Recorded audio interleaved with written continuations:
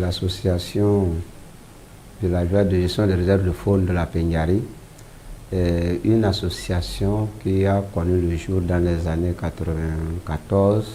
Désormais, toutes les activités que mène le gestionnaire doit prendre en compte la dimension de l'implication des populations afin que cette réserve soit non seulement un site de conservation, mais un site de type économique local afin que les populations tirent plus de profit, que les populations ont pris conscience de l'existence du parc et sa valeur économique et accompagner le gestionnaire afin qu'on puisse mieux le protéger. Et c'est pour cela que plusieurs actions ont été initiées et mises en œuvre par l'association. De façon très archaïque, ce qui est beaucoup plus utilisé aujourd'hui, c'est la cuisson par le bois ou par le charbon. Et qu'on sait bien que ce sont les ressources ligneuses qui, vous savez bien, leur régénération n'est pas aussi immédiate et qui, dans peu de temps, on va constater leur rareté et que les difficultés seront en face. Et donc il faut trouver des alternatives pour pouvoir non seulement protéger ces ressources, mais quand même satisfaire les besoins de population à l'accès à la ressource énergétique.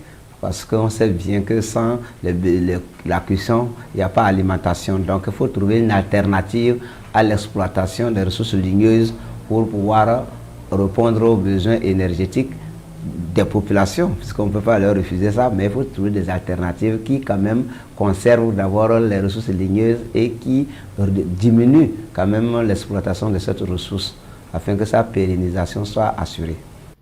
L'association pense ainsi que l'utilisation des foyers améliorés contribuera énormément à régler le problème de déforestation.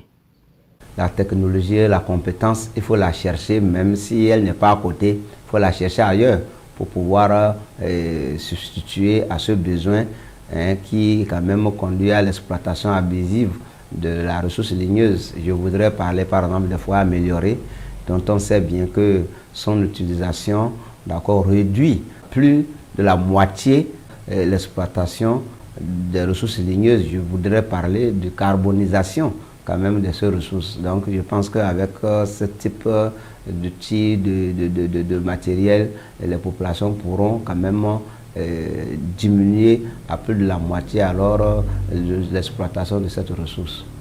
Et pour vulgariser cette technologie, l'association lance un appel. Nous allons souhaiter à ce que tous les acteurs, notamment les ONG, que ce soit du sud ou du centre, qui ont beaucoup une expérience dans la production de cet outil, ce matériel, de remonter un peu autour du parc et qu'on ait une bonne collaboration et qu'on établisse une relation de confiance, de compétences, de transfert de compétences, de technologie, afin qu'effectivement que ça porte dans la zone et que le parc étant national, qu'ensemble puisse sauver quand même le joyau qui est un peu national et mondial.